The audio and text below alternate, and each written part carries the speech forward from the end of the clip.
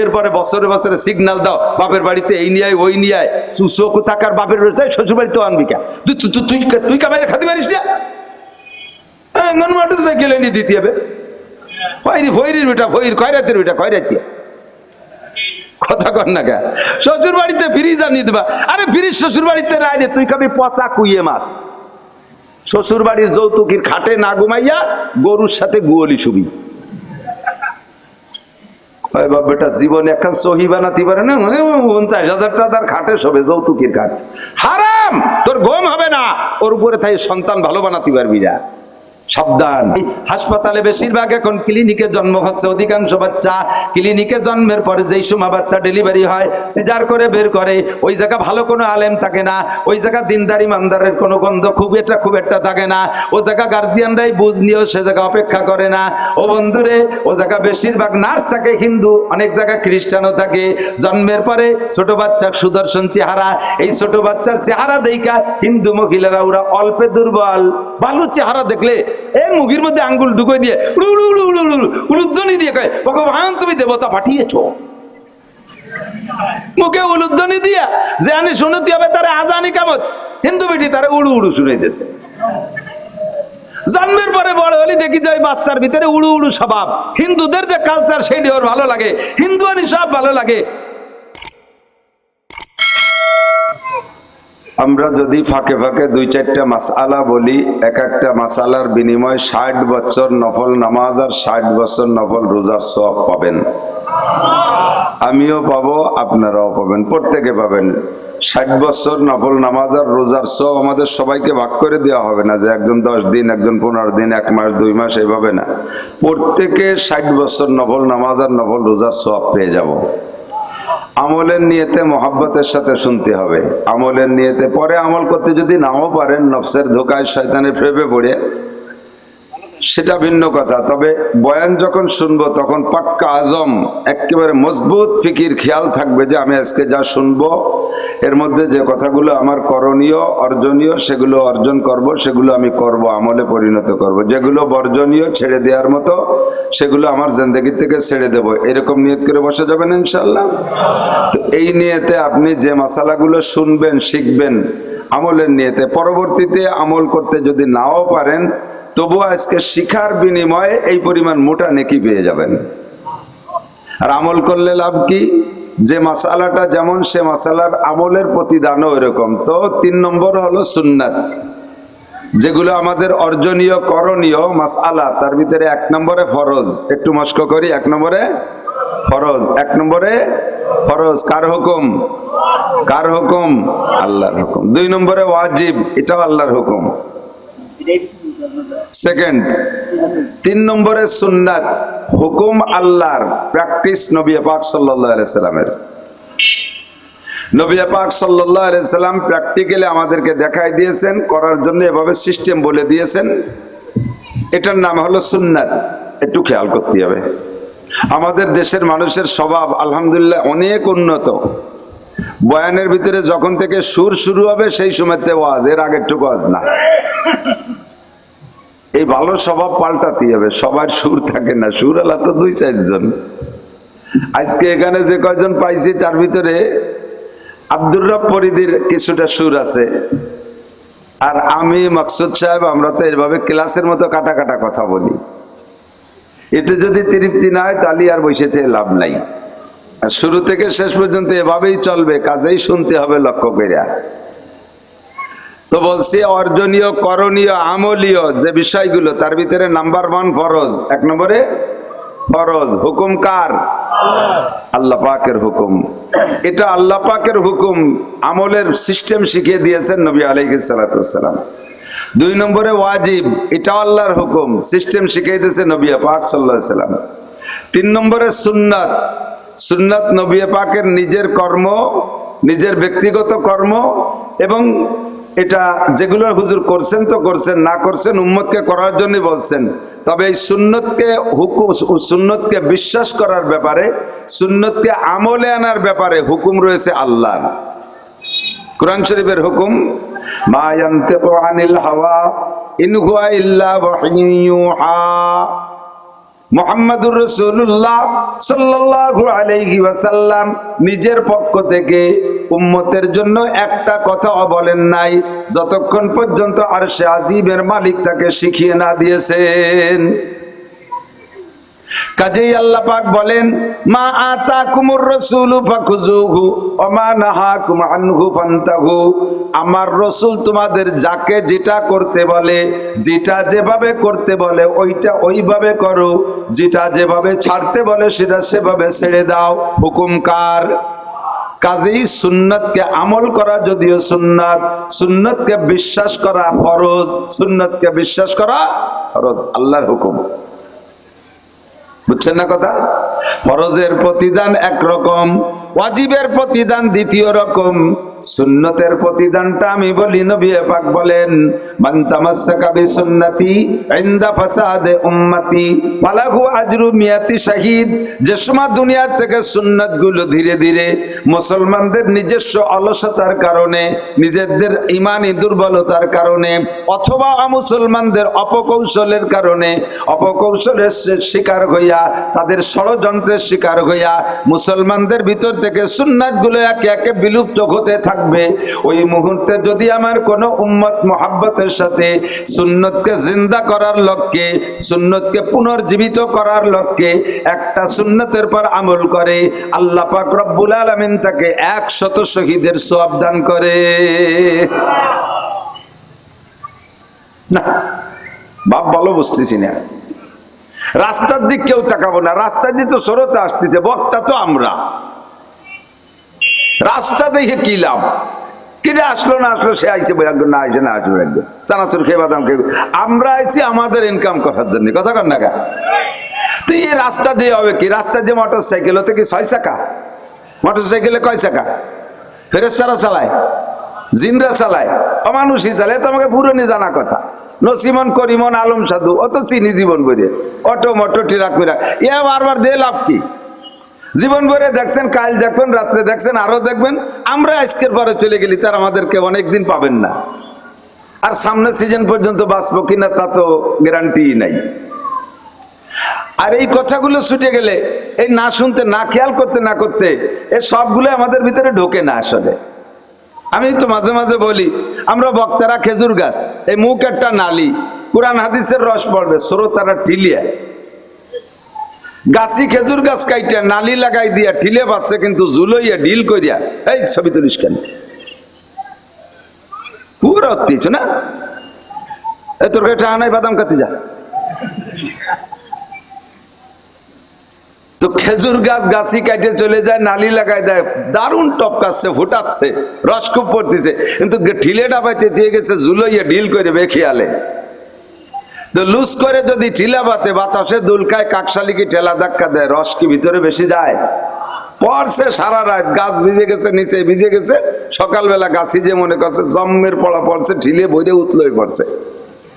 উঠে যে দেয় যে তলিতে 2-3 ফুট পড়ছিল, তা ঠিলেই চুষে খাই ফেলাইতেছে, আর সারা গা ভিজে গেছে। দোষ গাছের না, গাছে তো রস যথেষ্ট দিয়েছে, দোষ উনার নিজের, কারণ ঠিলেটা ঢিল করে পাচ্ছে। বক্তারা খেজুর গাছ, মুখ নালি, কুরআন হাদিসের রস পড়বে, আমাদের যতক্ষণ টাইম দেওয়া আছে অতক্ষণ আমরা বক বক করেই যাবো, ইনশাল্লাহ রস পড়তেই থাকবে।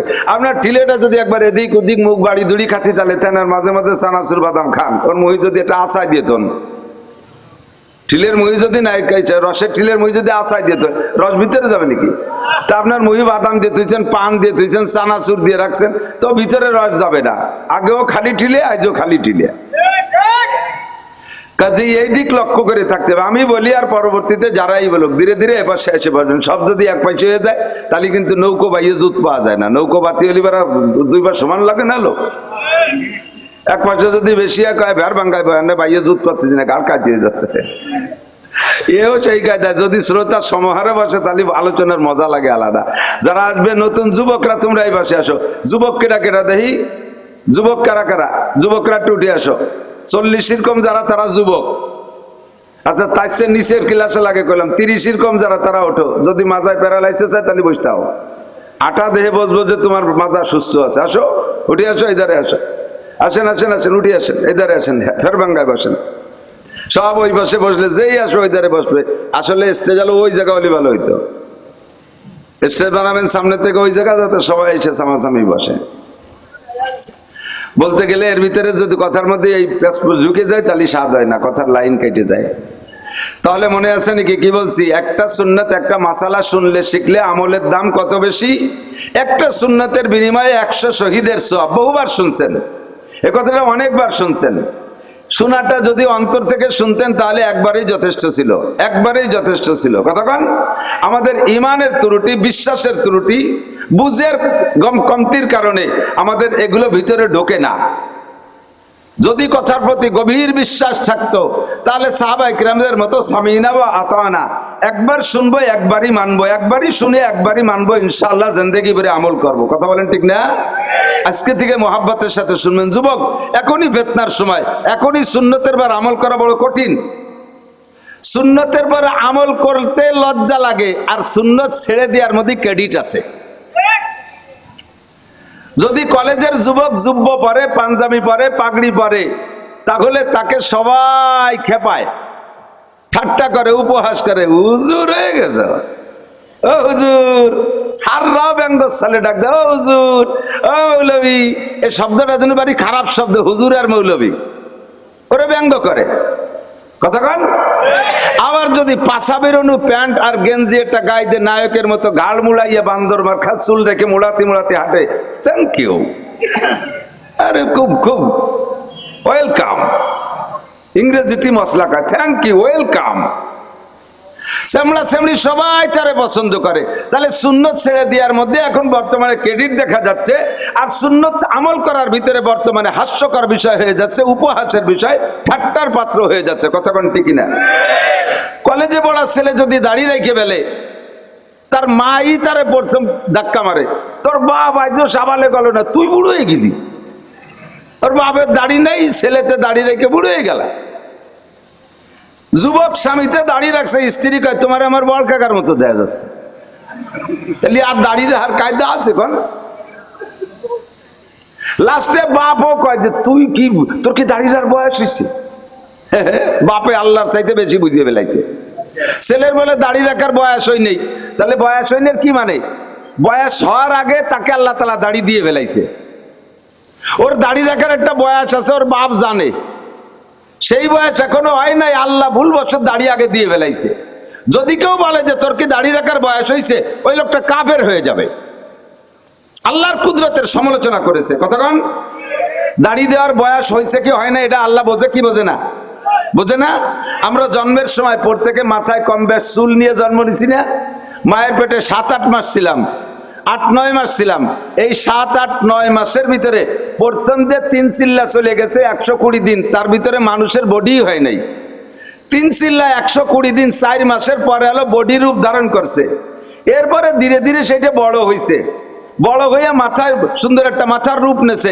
এরপরে মাথায় চুল গজানো শুরু করছে। আমার দিক লক্ষ্য করেন, আমার আমার সেজ ছেলেটা জন্ম নেওয়ার পরে দেখি তার মাথায় এত বড় বড় চুল, মানে 1.5 ইঞ্চি, 2 ইঞ্চি, 2.5 ইঞ্চি চুল তার মাথায়।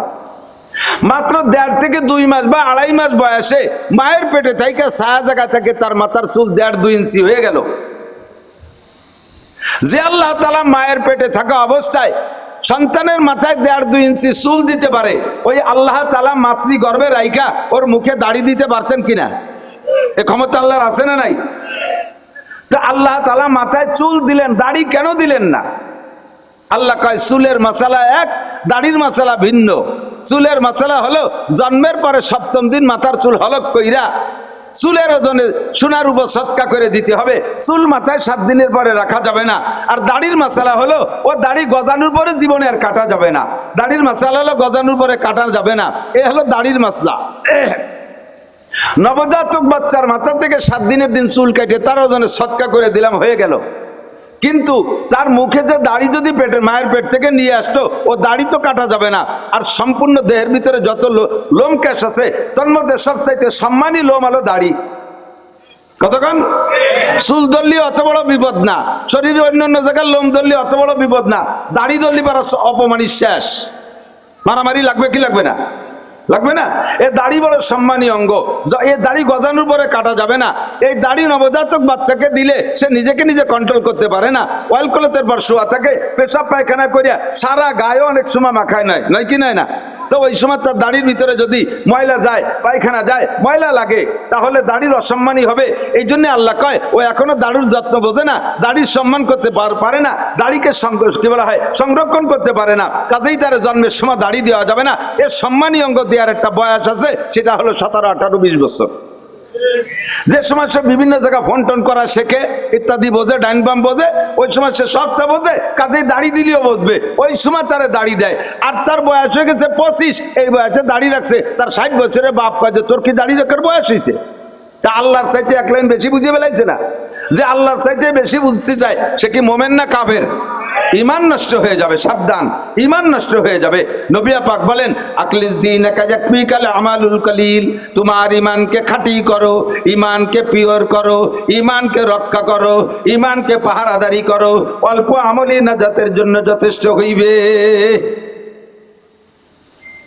কয় কি এত কিছু করলাম, তার মধ্যে দিয়ে একটু কথা ঈমান চলে গেল? হ্যাঁ, একটু কথা ঈমান চলে যায়। এই কথা বুঝতেছেন আপনারা? খেয়াল করতেছেন? আসেন আমি বুঝাই। দুষ্ট ঈমান অট্টুক কথাই চলে যায়।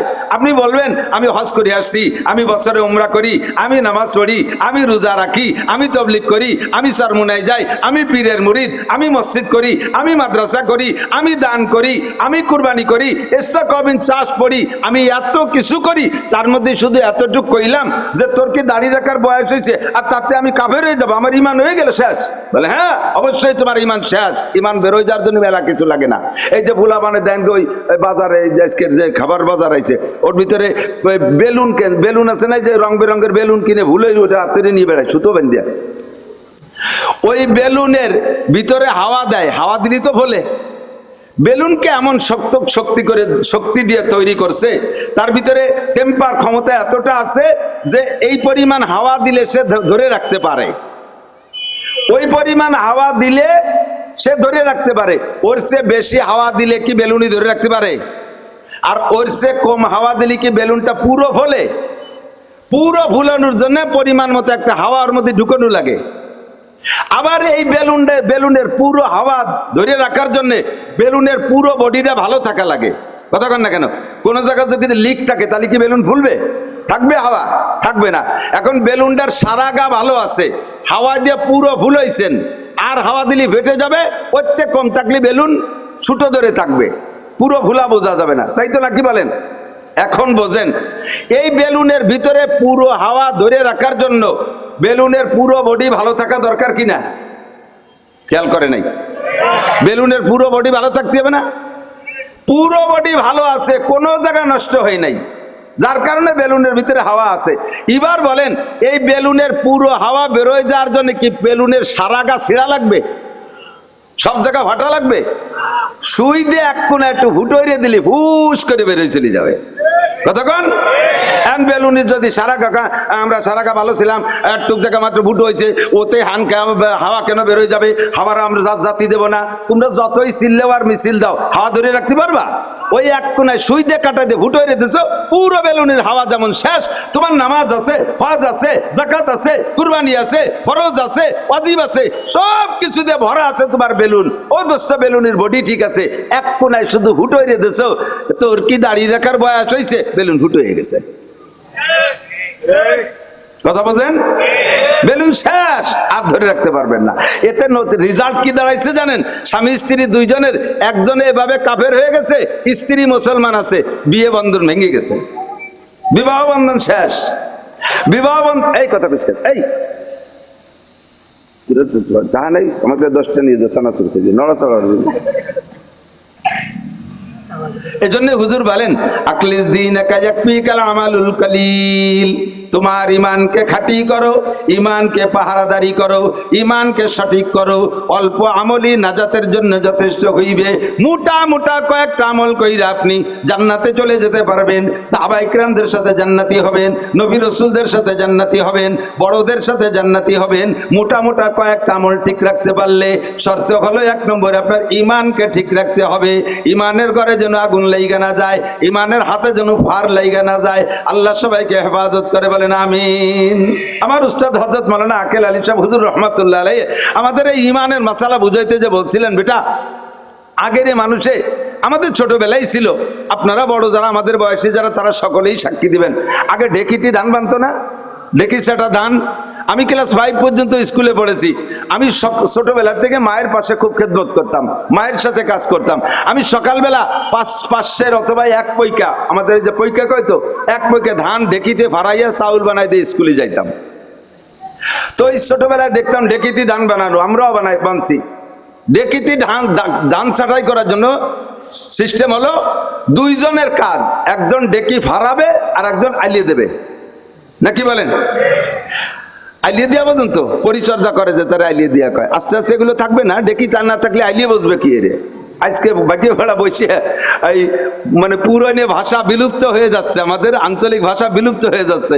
তাই বলতে যাই একজন মেজরের সাথে বসে গল্প করতেছিলাম, বলে শুধু একটা ভাষা 7টা প্রমোশন পাইছে, লাস্টে আইসে এখনো যেখানে দাঁড়াইছে, এরপরে আর আছে কিনা তো আমরা জানি না। ছোটবেলায় কেউ যদি পায়খানা আসতে শুনতাম মুরব্বীরা কত জ্বালা ভিত্তি গেছে, মনে আছে নাকি? তারপরে এমনি আকতি যাটা সবসময় আছে রানিং, ওটা আর ধরার বিষয় না। 1 নম্বরে জাড়া ভিত্তি যা, তারপরে কত টাট্টিতে গেছে, তারপরে কইতো পায়খানায় গেছে, এরপরে কইতো ল্যাট্রিনে গেছে, এরপরে কইতো টয়লেটে গেছে, এরপরে 6 নম্বরে কয় বাথরুমে গেছে, এখন কয় ওয়াশরুমে গেছে। প্রমোশন হয়েছে না ভাষা? তো পুরন সব শেষ হয়ে বিলুপ্ত হয়েছে। আমি মাঝে মাঝে কিছু জ্বালাই করি, আমার ভালো লাগে। এখন পোলা পান্ডে যদি খায় শাপলাবাজি ভাত খাবি তাহলে বোঝে, যদি খায় নাইল রান্দা দিয়ে খাবি তাহলে টেরও পায় না। মুড়ি কইলে চেনে, উড়ুম কলি চেনে না, জল কইলে চেনে, সালুন কলি চেনে না, ঠিক না? তাই পুরান ভাষার ভিতরে দোস্ত দেখিটা আমাদের ধান বানা, এটা এখন বিলুপ্তির পথে। তো ওই জায়গায় 2 জনের কাজ, একজনে ভাড়ায় আর একজনে আইলিয়ে দেয়। ফারানুওয়ালার এক কাজ, শুধু ডেকিরে লাইতে হবে। আর আইলিয়ে দিয়ালার 5 কাম। 1 নম্বর কাম আইলিয়ে দিয়া। আইলিয়ে দেওয়ার মধ্যে আবার ক্লাসিফিকেশন আছে, ফাল্টা, শাল্যে, কাড়া, মনে আছে নাকি? এই আইলিয়ে দিয়া মহিলা এতগুলোর পরিচর্যা করতেছে।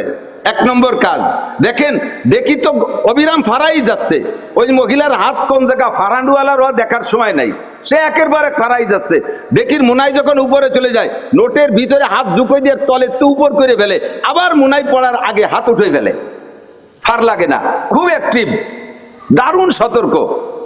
1 নম্বর কাজ। 2 নম্বর, ওই মহিলা আইলিয়ে দেওয়ার মধ্যে এতটা করার ভিতর দিয়া একটা মাইয়ে দুধ খায়, তারও বগলের নিচে মাথা ঢুকাই দিয়ে দুধ খাওয়াচ্ছে। 3 নম্বর কাজ, উঠোনে চারটে ধান নাড়ছে, হাঁসে খাইয়ে যায় নাকি, বাঁশের কুঞ্চির কুটাই দেবার সে হাঁস খেদায়। 3 নম্বর কাজ।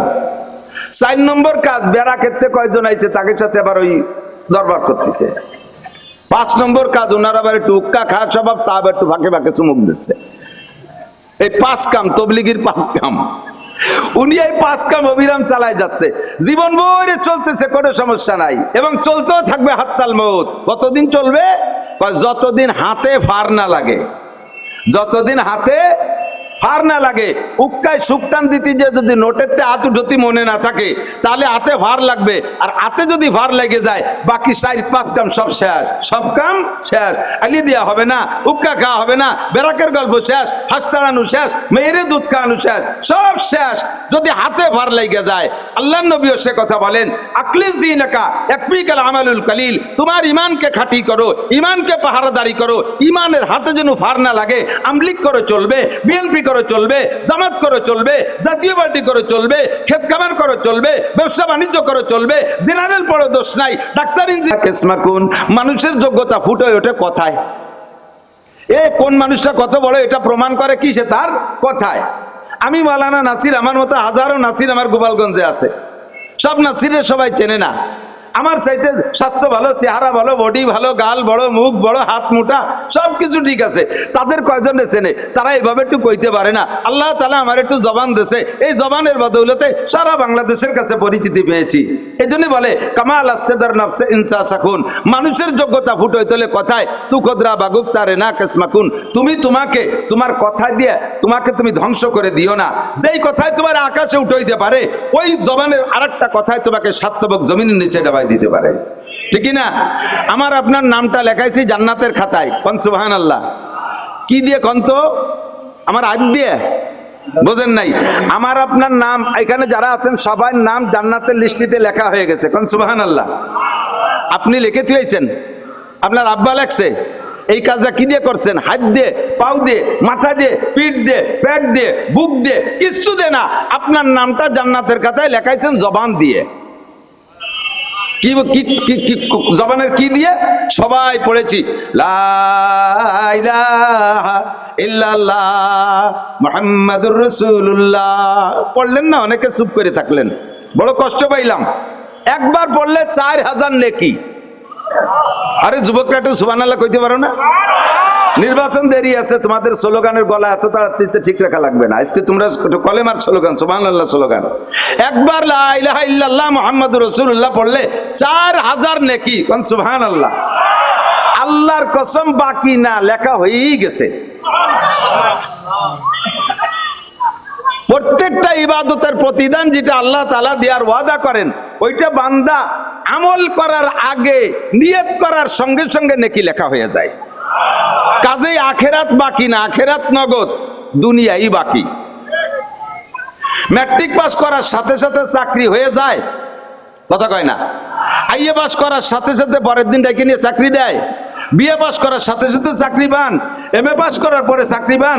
বহুত এমএ পাস, তাদের ডেট ফেল হয়ে গেছে আর তাদের সার্টিফিকেট ওয়াকেজ হয়ে গেছে, চাকরি হলো না। দুনিয়ার অন্যান্য কিছু করে খাচ্ছে। টাকা জমা দেওয়ার সাথে সাথে বিদেশের টিকিট ফ্লাইট পাওয়া যায় না, সব বাকি। টাকা জমা দেওয়ার সাথে সাথে মেম্বার হওয়া যায় না, চেয়ারম্যান হওয়া যায় না, এমপি হওয়া যায় না, সব বাকি। পাট বুনেছেন সকালে বিকেল বেলা কাটিয়ে আনা যায় না, ধান লাগাইছেন সকালে বিকেল বেলা কাটিয়ে আনা যায় না, 6 মাস 3 মাস 4 মাস পর্যন্ত বাকি। দুনিয়ার সব বাকিরে বিশ্বাস করেন, কিন্তু আখেরাত এত নগদ এইটা মোটেকের বিশ্বাস হয় না। আখেরাতি নগদ, আল্লাহর যেটা ওয়াদা সেটা আল্লাহ নগদ দিয়ে থাকে। বলে লা ইলাহা ইল্লাল্লাহ, লা ইলাহা ইল্লাল্লাহ, লা ইলাহা ইল্লাল্লাহ মুহাম্মাদুর রাসূলুল্লাহ। তামলাউল মিজান, তামলাউ মা বাইনাস সামাই ওয়াল আরদ। আসমান আর জমিনের মাঝখানে যত ফাঁকা জায়গা আছে, বন্ধুরে এক কলেমায় নেকি দ্বারা আল্লাহ পাক তোমার আমলনামা ভইরা দেছে। আমার নামটা জান্নাতের খাতায় লেখাইছি, আমার হাত দিয়ে লেখাই নাই, আমার চেয়ারম্যান মেম্বারের দিয়ে লেখাই নাই, এটা লেখাইছি আমার জবানের কলেমা দিয়া। তাহলে আমি কোথায় চলে গেছি? এই জবান দ্বারা আমি জান্নাতে চলে গেছি। কোন সুবহানাল্লাহ। আবার এই জবান দিয়ে আপনি জাহান্নামে চলে যেতে পারেন যদি বলেন লা ইলাহা ইল্লাল্লাহ মানি না। সর্বনাশ, কাম হয়ে গেল। কতক্ষণ সতর্ক থাকবো, ইমানকে হেফাজত করব। আল্লাহ পাক আমাদের কবুল করে বলেন আমিন। প্রতিকূল পরিবেশ, ইবাদত করলে বেশি খুশি হয়। আবহাওয়াটা ভালো থাকলে, মাঠটা সুন্দর শুকনো থাকলে মানুষ আরো বেশি হতো। বৃষ্টিতে হয় কি হয় না, কাদা কিচের মধ্যে বসবো কোন জায়গায়, এই সন্দেহ অনেকে আসবো করে আসতেছে না। আবার অনেকে আছে একটু দেরি করে আসবে। হাদিস কোরআনে, আল্লাহ কোরআনে বলেন আস-সাবিকুন আস-সাবিকুন উলাইকাল মুকাররাবুন। প্রত্যেক ভালো কাজে যারা আগে আসে তারা আল্লাহ পাকের অতি নিকটতম বান্দা, তারা নৈকট্য অর্জন করলো। আল্লাহ পাক রব্বুল আলামিন তাদের সম্মান আলাদাভাবে বেশি করে দিয়ে থাকেন। কন্যা সুবহানাল্লাহ। আপনারা বেশি সম্মানে সম্মানিত হবেন। 2 নম্বর হলো, প্রতিকূল পরিবেশে ইবাদত করলে আল্লাহ তাআলা নেকি বেশি দেয়। যেখানে ইবাদত করা কঠিন, আমার দিক, যেখানে ইবাদত করা কঠিন ওই জায়গা ছোট মোটো ইবাদত করলে 1 বস্তা নেকি পাওয়া যায়। কোন সুবহানাল্লাহ। আমি একটা উদাহরণ বলি, আমার দিক তাকান। আমরা মাদ্রাসায় আছি, আমাদের এখানে 2টা মাদ্রাসা, মহিলা মাদ্রাসা, পুরুষ মাদ্রাসা। আমারও গ্রামে, আমার সুলতান শাহীও 2টা মাদ্রাসা। মহিলা শাখায় 500 ছাত্রী, 19 জন শিক্ষিকা। পুরুষ শাখায় 500 ছাত্র, 27 জন শিক্ষক। এই পুরুষ মহিলা 2টা প্রতিষ্ঠান। পুরুষ শাখার ভিতরে একজন মহিলা শিক্ষিকা নাই, মহিলা শাখার ভিতরে একজন পুরুষ শিক্ষক নাই, সব মহিলা। মহিলারা সারা বছর পর্দা করতে পারে, একজন পুরুষের মুখ দেখে না। আমরা পুরুষ শাখায় সারা বছর পর্দা করতে পারি, একজন মহিলার মুখ দেখা লাগে না।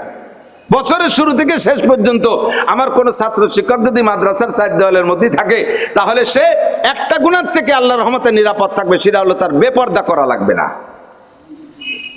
কতক্ষণ? এখন আমার এই শিক্ষক সারা বছর মাদ্রাসার মধ্যে থাকলো, ছাত্র শিক্ষক বেপর্দা করে নাই, এই বলে ক্রেডিট দেখাচ্ছে, খুব গর্ব করতেছে। আমি সারা বছরের ভিতরে একজন মহিলার মুখও দেখি নাই, আমি বেপর্দা করি নাই, ফেরেশতা আমার এই বেপর্দার গুনাহ লিখতে সুযোগ পাই নাই, এই বলে গর্ব করতেছে। কেন? কয় তো তুমি বেপর্দা করো নাই কেন? আমার সামনে কোনো মহিলা আসে নাই, তার বেপর্দা করবো কি? বুঝেন? এই হুজুর 100 বছর মাদ্রাসায় থাইকা বেপর্দা না করে পর্দার পর আমল করে যে নেকি পাবে, কলেজের একটা শিক্ষক বা ছাত্র যেখানে সহশিক্ষা আছে, ওই জায়গার একজন শিক্ষক যদি মাত্র 2টা ঘন্টা সে বলতে পারে যে আমি 2 ঘন্টার ভিতরে কোনো মেয়ের চেহারা দেখি নাই, তাহলে এই হুজুর 100 বছর পর্দা করে যে নেকি পাইছে, ওই ছেলে ওই শিক্ষক মাত্র 2 ঘন্টায় তার চেয়ে বেশি নেকি পাবে। কারণ এনার এখানে মহিলা নাই, তার পর্দা করবে কি দিয়ে? আর সে জায়গায় মহিলারা গাড়ির পর ঠাইসে ধরে, গাড়ির পরে চেপে ধরে, জোর করে পোলাপানের সাথে কথা বলে না, কথা বলতে না চাইলেও সামনের পাড়ায় সে বসে। ওই জায়গা পর্দা করলে এই জায়গা পর্দার চাইতে বেশি নাকি, কারণ ওটা প্রতিকূল পরিবেশ, ওখানে ইবাদতের পরিবেশ না। করছে বিদায় আল্লাহ তাআলা তাকে এই পরিমাণ মোটা নেকি দান করবে। কোন সুবহানাল্লাহ।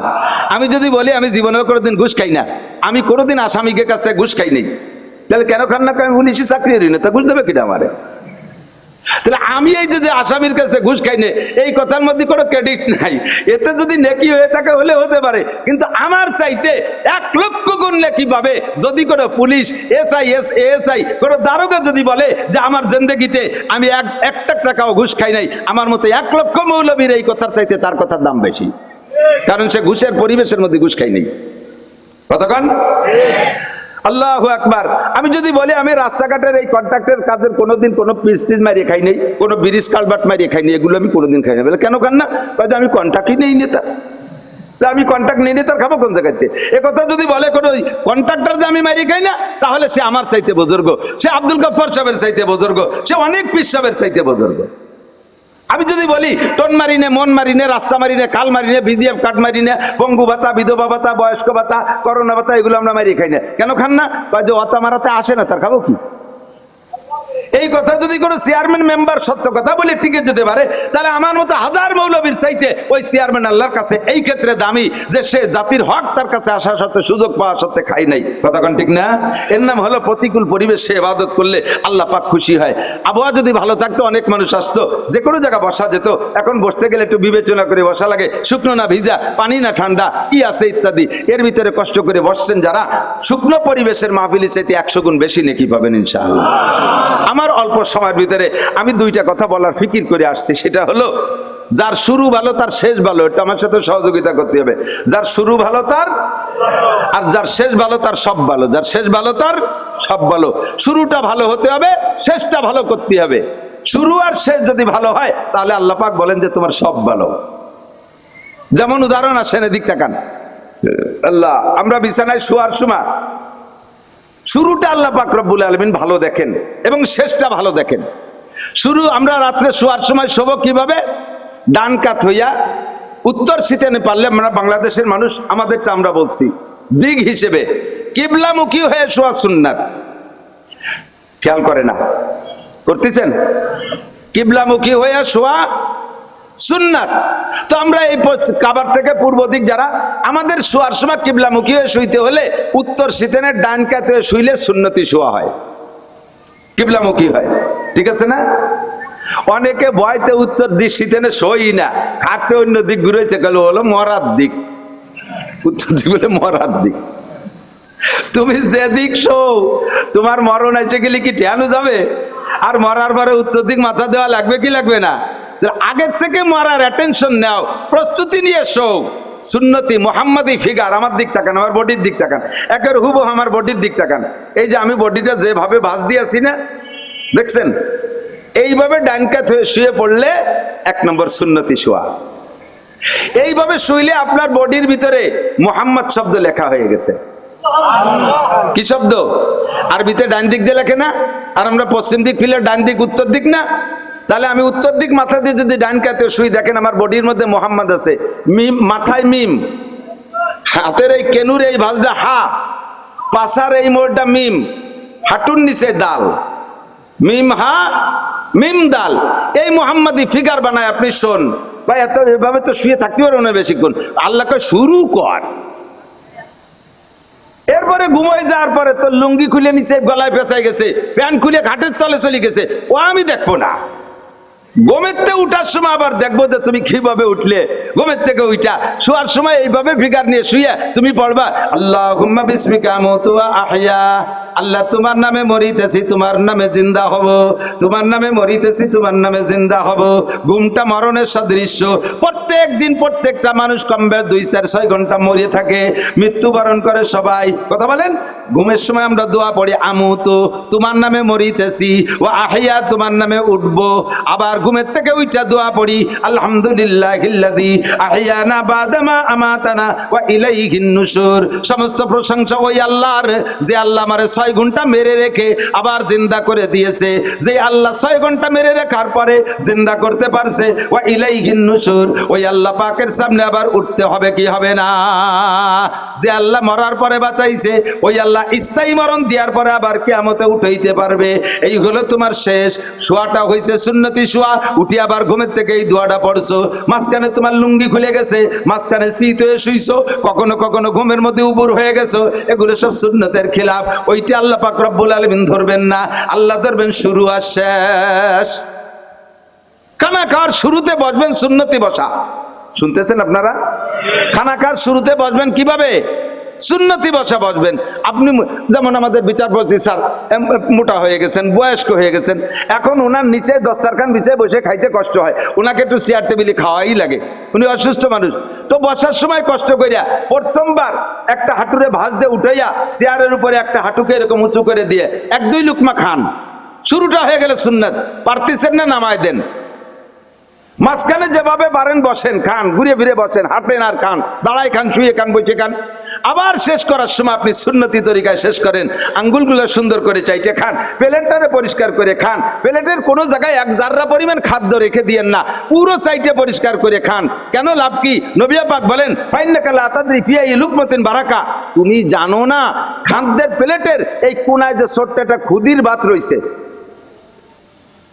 চাউলির ভাত সব খাই বেলাই দিচ্ছ, কোনায় একটা ক্ষুদির ভাত রয়েছে, ওতে কি হবে? ও ধুয়ে বেলাই দিই। এই তো আমরা কই ভাই যে ওইটার মধ্যে বরকত। 150 চালির ভাত খেলাম, তাতে পেট ভরলো না, আর ক্ষুদির ভাতের মধ্যে বরকত। আরে বরকত মানেই পেট ভরে না, বরকতের অনেক তর্জমা আছে।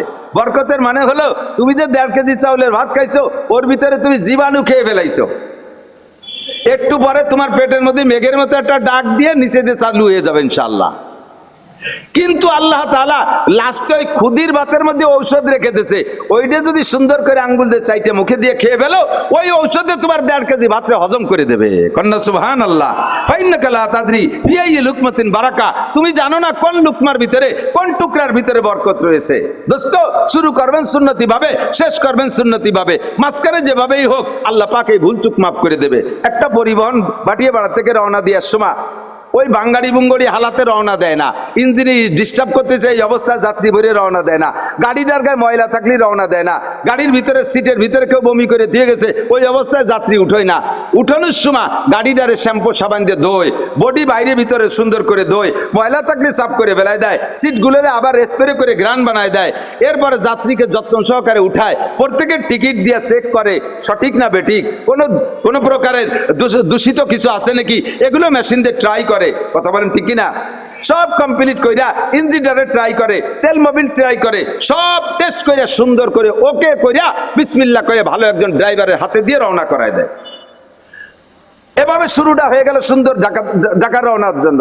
এবার ঢাকায় যাইয়া পোস্তগুলা ব্রিজ পার হইয়া যত্ন সহকারে সুন্দরভাবে টার্মিনালে পৌঁছাইয়া যাত্রীদেরকে সালাম কালাম দিয়ে নামাই দিল। শুরুও ভালো, শেষও ভালো, মাঝে খারাপ কিছু থাকে কি না? বিট আছে না, স্পিরিট ব্রেকার, ও জায়গা ধাক্কা লাগে, মাঝে মাঝে ভাঙ্গা রাস্তা আছে, জাকি লাগে, কোনো সময় 2 গাড়িতে চাপ দেয়, আইডু বাড়ি খায়, মেলা কিছু মাঝে হয়ে যায়। সব কিছুর পরে লাস্টে সুন্দরভাবে নামতে পারলো কিনা, সুন্দরভাবে নামাই দিলে বাস পরিবহনের প্রশংসা আসে। সেম কোয়ালিটি আমার আপনার জিন্দেগির একটা গাড়ি শুরু হয়েছে এক সময়, শেষ হবে এক সময়, মাঝে আমার অনেক বিট আছে, স্পিড ব্রেকার আছে, ভাঙ্গা রাস্তা আছে, কাদা কিচের আছে, বালুতে ডেবে যেতে পারে, আমার পিছনে অনেক রিপু লেগে আছে। সব কিছুকে উপেক্ষা কইরা অতিক্রম করে অবশেষে যদি আমি সুন্নতি তরিকায় আখিরাতের স্টেশনে পৌঁছাইতে পারি, তাহলে আমার এই রওনাটা সফল হয়ে গেল। কথা বলুন ঠিক ঠিক না? ও দোস্ত, এই জন্য আল্লাহ পাক কোরআন শরীফের ভিতরে আয়াত সেভাবে রাখছে। আমি তাই দাবি করছি, যার শুরু ভালো তার শেষ ভালো, যার শেষ ভালো তার সব ভালো। ঠিক না? এখন আমার শুরুটা কেমন হয়েছে, যারা বড় হয়ে গেছি আমার তো জানা ছিল না। আমার আব্বা মা মূর্খ, অশিক্ষিত, উনরা আমার শুরুটা ভালো করতে পারে নাই। সে সময় এত বয়ান বক্তৃতাও ছিল না, এত উলামায়ে কিরামও ছিল না, এত মাদ্রাসাও ছিল না, ধর্মীয় শিক্ষা এত ছিল না। গ্রাম গায়ে মহিলারা চুলোর পিঠি বইছে, সকালবেলা রসের জাউ রানতো, রুটি বানাতো, ওর পাশে যাইয়া পাড়ার মেয়েরা ছেলেরা একটু বসতো, আর চাচি যান এত বড় একখান সিপারা, নৌকরাতের দেড়াত লাল সিপারা, আম পাড়া না কি যেন সিপারা, এই সিপারা ধরে আনাকুম উনকুম ইনাকুম এই দিয়ে একটু কোরআন শরীফ পড়াতো, মনে আছে নাকি? ঠিক না? কোরআন শরীফের লেখাপড়া, ধর্মীয় লেখাপড়া ওই পর্যন্ত শেষ। তবলিগও ছিল না, ফাজাইলে আমাল, তবলিগি নিসাব, ফাজাইলে সাদাকাতের কিচ্ছু ছিল না। এত উলামায়ে কিরাম ছিল না, দুই একজন আছে মাঝে মাঝে পিসাবরা মুরিদ বানায় একটু ওয়াজ নসিহত করে চলে যেত। যার কারণে আমাদের শুরুটা যতটা ভুল হয়েছে, এখন শিক্ষার যুগে আমাদের পরবর্তী জেনারেশন যারা আসবে তাদের শুরুটা যদি আমরা ভুল হতে দেই, কিয়ামতে আমরা আল্লাহর কাছে জবাব দেওয়া লাগবে। লাগবে কি লাগবে না? আল্লাহ পাক রব্বুল আলামিন বলেন, ইন্নামা আমওয়ালুকুম ওয়া আওলাদুকুম ফিতনা, তোমাদের সম্পদ, তোমাদের সন্তান, এদিক তোমাদের সম্পদ, তোমাদের সন্তান, এই দুটি তোমাদের পরীক্ষার ক্ষেত্র। সম্পদ দিয়ে পরীক্ষা দেওয়া লাগবে, সন্তানের ব্যাপারে পরীক্ষা দেওয়া লাগবে। সম্পদ কিভাবে ইনকাম করেছো, কোথায় খরচ করেছো, সন্তান কিভাবে জন্ম দিয়েছো, তার পরিচালনা কিভাবে করিয়া কতটুকু আগায় দিয়ে রেখে আসছো তুমি আব্বা, জবাব দিয়ে যাও। কুল্লুকুম রাইন, তোমরা সকলে রাখাল। রাই মানে রাখাল, কুল্লুকুম রাইন। আমি একেবারে গ্রাম্য বাংলায় যাকলি সহজে বোঝা যায়। তোমরা সকলে রাখাল, অকুল্লুকুম মাসউলুন আন রাইয়াতিহি, যাকে যতটুকু রাখালির দায়িত্ব দেওয়া হয়েছে তার থেকে ততটুকু রাখালি বুঝে নেওয়া হবে। সহিহ হাদিস বুখারী শরীফের কথা বুঝছেন না? বাংলা বুঝছেন তো? সকলে রাখাল। আপনি বাড়ির রাখালরে 5টা গরু দিয়ে পাঠাইছেন ডাঙ্গায়, ডাঙ্গায় তো কয় মাঠে, চকে। আপনি বাড়ির 5টা গরু দিয়ে রাখালরে মাঠে পাঠাইছেন, সন্ধ্যাকালে রাখালের কাছে 5টা গরু বুঝে নেন না? কথা কয় না? 1 নম্বরে গরু 5টার সংখ্যা ঠিক আছে কিনা, 2 নম্বরে তাদের শরীর স্বাস্থ্য ঠিক আছে নাকি না পরের গরুতে গুতে এবার চামড়া ছিঁড়ে ফেলাইছে, শিংগুলো ঠিক আছে নাকি গুতো গুতিয়ে শিং ভেঙে নিয়েছিস, 3 নম্বরে খাওয়াইছিস কিনা পেট ভরিয়ে নাকি পেট চিংড়িয়ে ধরে রয়েছে, ইত্যাদি হিসাব নিয়া ওই গরু কাটারে গোয়াল ঘরে বাঁধেন।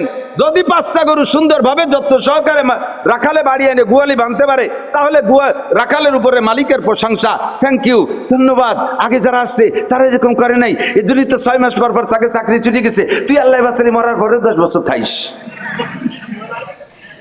কুচিতি কুচিতি করে ফেলেছে। ও ভালো কথা কন। যদি কয় কাকা গরু তো বড় 4টি আনছি, সে ছোট বাছুরটারে আসরে বাড়িতে পাইনি, ছোট বাছুরটা আসরে বাড়িতে পাই না, ওরে কি খাতি দেবে? শয়তান, 3 দিন চাকরি হতে না হতে আমার বাছুর আড়াইছে, তুই পুরো গরু আড়াই ফেলবি কয়দিন পরে। বুঝলো? হেরিকেনের টাতে দিন আমার দেশে যে গরু তালাশ করে আনবি, বাছুর আনতে পারলে আসবি, নাহলে তোরে বেশি বাছুর কিনবো। কবেন কি কবেন না? সেম। আর দুনিয়া দারুল মিসাল, উদাহরণ দিলে কথা বুঝতে ভালো, তাই বলছি দোস্ত। কুল্লুকুম রাইন, আপনি সবাই রাখাল। আব্বা ফ্যামিলির সদস্যদের রাখাল, আব্বা নাই বড় ভাই রাখাল, বড় ভাই নাই মেজো ভাই রাখাল, মেম্বার সাহেব ওয়ার্ডের রাখাল, চেয়ারম্যান সাহেব ইউনিয়নের রাখাল, এমপি সাহেব সিটের রাখাল, মন্ত্রী সাহেব মন্ত্রণালয়ের রাখাল, হেড স্যার হাই স্কুলের রাখাল, হেড স্যার প্রাইমারি রাখাল, প্রিন্সিপাল স্যার কলেজের রাখাল, ভাইস চ্যান্সেলর বিশ্ববিদ্যালয়ের রাখাল, মুহতামিম সাহেব মাদ্রাসার রাখাল। সকলকে এই রাখালির জবাব দেওয়া লাগবে। তোমার অধীনে যাদেরকে দিয়েছিলাম সবগুলো আনো। আপনি নিয়ে গেছেন, আল্লাহ এই যে আমার স্ত্রী, এই যে আমার বড় বউ, এই যে আমার মাঝে বউ, এই যে আমার জামাল, এই যে আমার কামাল, এই যে আমার সালেহা, এই যে আমার খাদিজা। আল্লাহ কয় ডলি, হ্যাঁ যেটা আসরে বাড়িতে পাচ্ছি না, ডলিরে আসরে বাড়িতে পাচ্ছে না। অনেক গেছে গিয়ে চলো কলে ওই শিক্ষা সফরে কুয়ো কাটা হইতে ফিরে আসিনি। আল্লাহ কয় হেরিকে না তেরে বাইরিও, তাড়াতাড়ি বাছুর উঠে তালাশ করে নিয়ে আনতি না পারলে আসবি না। কতক্ষণ সবাইকে জবাব দেওয়া লাগবে। ফিতনা, কাজী যুবক হেসে উড়োই দিও না। আমার বাচন ভঙ্গি এরকম। বাকি মনে রাখো, আমার আপনার জিন্দেগির শুরু ভুল হতে পারে। আমাদের মুরব্বীরা যতটা পারছে করছে, আমার বিশ্বাস যে ভুল করে নাই। এখনের চাইতে মানুষের সময় শিক্ষা কম থাকলেও যা শুনছে তা মানছে। কতক্ষণ যা শুনছে তা মানছে, বিশ্বাস করতো। কি ভয় ছিল, আমার বুড়ি দাদিকে দেখছি এক বাড়িতে আর এক বাড়ি যাইতে মশারির 4 কোণা 4জন আমার বাচ্চা চাকরিতে ধরাইয়া ওর মাঝখানে বুড়ি চলতেন, 4 কোণা ধরে মশারি ধরে নিয়ে আমার দাদির আর এক বাড়ি পৌঁছে দিছে। যতটুক তারা জানতো ততটুক তারা মানতো। আমার বিশ্বাস আমার আব্বা আমার ডান কানে আজান আর বাম কানে একামত দিয়েছে। আমার বিশ্বাস আমার দাদা জান আমার আব্বার ডান কানে বাম কানে আজান একামত দিয়েছে, নইলে আমার আব্বার আমি দিনদার পাইতাম না। আর আমার ডান কানে বাম কানে আজান একামত না দিলে আজকে আমি এ পর্যন্ত আসতে পারতাম না। আর দিয়েছে ব্যাপারে আমি ওভার শিওর। আমার মা আমাকে কোলে করিয়া রাত্রে সূরা তিন পড়াইতেন। আমার মনে আছে আমি তখন আরবি হরফ শিখি নাই, আমার মায়ের কাছ থেকে সূরা ফাতিহা থেকে সূরা তিন পর্যন্ত আমি শুদ্ধ করে মুখস্থ করেছি এবং সেই শুদ্ধতার সাথে আমি এখনো পড়ি আলহামদুলিল্লাহ। আমার মায়ের কাছ থেকে আত্তাহিয়াতু দোয়া কোন দোয়া মাসুরা তাশাহুদ সব আমি শিখে ফেলাইছি। আমার মায়ের কাছ থেকে আয়াতুল কুরসি পড়া শিখছি। আমার মায়ের কাছ থেকে আমি সাত সালাম শিখছি। কাজেই আমার বিশ্বাস আমার মা ভুল করে নাই। ও দোস্ত, আমিও যদি সঠিক সিদ্ধান্ত নেই তাহলে আমার সন্তানগুলো ভালো হবে, আমার সন্তান ভালো হবে। কোন আব্বা কি চান আপনার সন্তানটা গাঁজাখোর হোক? তাহলে কথা কয় না। একজন আব্বা কন যে আমার ছেলে যেন গাঁজায় গোল্ড মেডেলিস্ট হয়, আমার ছেলে যেন এলাকার গাঁজার ডিলার হতে পারে। হুজুর দোয়া করেন, আমি জিলাপি খাওয়াবো ইনশাআল্লাহ। আছেন একটা আব্বা আছেন? কোন আব্বা কি চান যে আপনার ছেলেটা আন্তর্জাতিক খ্যাতি সম্পন্ন চোর হোক, বিশ্ববিখ্যাত ডাকাত হোক, প্রথম কাতারে লুচ্চ হোক? আছেন কেউ চান? যুবকরা কতরা চাইস? তোরা যারা বিয়ে করিস রে, তোরা কয় যে হ্যাঁ আমি আব্বা হলি যেন এরম আব্বা হই, আমার ছেলের যেন বিশ্ববিখ্যাত লুচ্চ হয়, ডেলি যেন জুতোর বাড়ি খায়, সাথে সাথে যেন আমিও দুই সাইডে খাই। এ চাই কেউ? সবাই চান আপনার ছেলেটা ভালো হোক। জানতো নাকি বলেন? জানতো? এই ভালো হওয়ার শুরুটা আল্লাহ নবী যেভাবে সিদ্ধান্ত দিয়েছে ওই সিদ্ধান্ত অনুযায়ী যদি গড়ো তাহলে শুরুটা ভালো হবে, ইনশাল্লাহ শেষটাও ভালো হবে। শুরুটাও ভালো হবে, শেষটাও ভালো হবে। এই জন্য হাদিসের ভিতরে অনেক পরামর্শ দিয়েছেন। আল্লাহ নবী বলেন মা কি বলা হয়, মা উলিদালাহু ওয়ালাদুন ফালিহসিন ইসমা ওয়া আদাবা। এরও আগে কিছু কথা, যদিও লজ্জা অনেক কথা বলবো না, আমি বলবো না লজ্জায়। আমার চাইতে লক্ষ কোটি গুণ লজ্জাওয়ালা ছিলেন বিশ্বনবী মুহাম্মদুর রাসূলুল্লাহ সাল্লাল্লাহু আলাইহি সাল্লাম। হুজুর উম্মতরে শিখাই দিয়ে গেছে, আমি কেন বলবো না? আর আমি না বলতে লজ্জায় এর চাইতে কত আজে বাজে করে ফেলাই। অথচ মাসালা বলতে গেলে একটু লজ্জার মাসালা বললে সেই সময় নাসির হুজুর আর ডাইরেক্ট কয়। তুমি আকাম ডাইরেক্ট করবে আর আমি মশালা ইনডাইরেক্ট করবো, তা তো পারবো না। আকাম ডাইরেক্ট করো না, আমি মশালাও ডাইরেক্ট বলবো না। সর্বপ্রথম স্বামী স্ত্রী মিলনের ব্যাপারে সতর্ক থাকবা। বিছানায় যাওয়ার আগে ওযু বানায় যাবা, তারপরে ওযু তো ছুটবেই। না পারলে কমপক্ষে তায়াম্মুম, না পারলে কমপক্ষে বড় ধরনের কোনো নাপাক শরীরের সাথে না থাকুক। আগান বাগান দিয়ে আইন দিয়ে ওয়াইন দিয়ে দুনিয়া জায়গায় দিয়ে টোটো শিয়ালের মতো দৌড়ে আইছেই ঘরে ঢুয়ে গেছো, গায়ে শিয়ালের মুত কুত্তর মুত ইত্যাদি মাহাইছে, সেই অবস্থায় তুমি শুয়ে গেছো। ভালো হই নেই, শুরুটা ভালো হচ্ছে না। দোয়া কালাম কিচ্ছু জানো না, দোয়ার কোনো আমলই নাই। স্বামী স্ত্রী এক জায়গা হওয়ার আগে একটা দোয়া আছে, এই দোয়াটা শিখে নিও, পড়ে নিবা। এরপরে স্ত্রীকে ভদ্রতার সাথে স্বাভাবিকভাবে সুন্নতি তরিকায় আরো যা আছে ওলামায়ে কিরামের কাছ থেকে শুনিয়ে সেভাবে প্রাথমিক আলিঙ্গন, এরপরে স্বামী স্ত্রী মিলনের পরে আবার টাইম মতো গোসল করে দেওয়া। ফরজ গোসলকে ফরজ টাইমে আদায় করো। ফরজ গোসল হয়েছে রাত্রে বেলা 11টা-12টার সময়, সারা দুনিয়ার সব কাম কাজ করিয়া তারপরে গেছো গোসল করতে। যে কাজে হাত দিবা ওই কাজে বেবরকত। গাড়িতে উঠবা, গাড়ির উপরে গজব। তুমি ব্যবসা বাণিজ্যে হাত দিবা, ওর ভিতরে ধস নামবে। মহিলা মাচায় উঠবে, তার ভিতরে বেবরকত। এখানে আমরা বলি বেবরকত, কিন্তু আগে মুসলমানরা কইতো কয় যে এই নাপাক অবস্থায় মাচায় উঠলি লক্ষ্মী বেজার হয়। লক্ষ্মী বেজার হয় হোক, আল্লাহ বেজার না হয়। লক্ষ্মী কি আমাকে না হিন্দুকে? আর কথা কয় না, হিন্দুরা লক্ষ্মী পুজো করে না, তা মুসলমানরা লক্ষ্মী পুজো হতো আগে। এটা অরিষ্টের লক্ষ্মী বেজার হয়, ওটা অরিষ্টের লক্ষ্মী বেজার হয়, এটা অরিষ্টের লক্ষ্মী বেজার হয়। লক্ষ্মী বেজার হয় হোক, কিন্তু এ কামে আল্লাহও বেজার হয়। নাপাক শরীর হিন্দুকে দেখবেন, হিন্দুরাও এই ফরজ গোসল জাস্ট টাইমে আদায় না করে কোনো কাজে হাত দেয় না, ওরা এটা ঠিক রাখে। যদিও তাদের ফরজ গোসল নিয়মতান্ত্রিক হচ্ছে না। আমাদের ফরজ গোসলের টাইম যখন হবে রাতের বেলা হলে ফজরের নামাজের আগে কমপ্লিট করেন, তাহলে যে ওই মিলনে যদি সন্তান আসে সন্তান ভালো হবে। হোক ডাক্তার, ভালো ডাক্তার হবে। হোক ইঞ্জিনিয়ার, ভালো ইঞ্জিনিয়ার হবে। হোক মাস্টার, ভালো মাস্টার হবে। হোক বিচারপতি, ভালো বিচারপতি হবে। কতক্ষণ?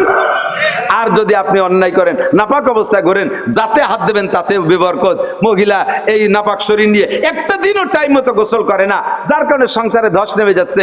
চলে আসে হুজুর, হুজুর একটা তাবিজ দিন, হুজুর যেন কি হয়েছে, বাড়ি কুলক্ষণ লাগিয়ে এলেছে, কুলক্ষিতি ধরছে, হুজুর তাড়াতাড়ি তাবিজ দেন। আরে তাবিজ না, হুজুর বাইকে খালিও বাড়ি বরকত আসবে না, কারণ তোর বউ তো নাপাক, তুইও টাইম মতো গোসল করিস না। আর এরপরে দুইজন গোসল করতে যায়, কচাল খাতি খাতি নদীতে যায়, দুনিয়ার মানুষ জানে। এটা তো লজ্জার ব্যাপার, যদিও আন্তর্জাতিক পরিচিত ব্যাপার, তবে লজ্জাস্কর ব্যাপার বিধায় রাতের বেলায় সেরে ফেলতে হবে, গোপনে সেরে ফেলতে হবে। এরপরে স্ত্রী যদি গর্ভবতী হয়েই যায়, তা তো জানেন না যে কোন দিন হবে। স্ত্রী গর্ভে আসার পরে, সন্তান গর্ভে আসার পরে স্ত্রী কোনো আজে বাজে মানুষের সামনে না যাওয়া, এক কথায় কাহারও সামনে না যাওয়া। যেই 14 জনের শুধু বিয়ে হারাম, ওই 14 জনের শুধু মুখমণ্ডল, হাতের কবজি, পায়ের টাকনু নিচে চোখ দেখাইতে পারবে, তাই ছাড়া শরীরের অন্য কোনো অঙ্গ দেখাইতে পারবে না।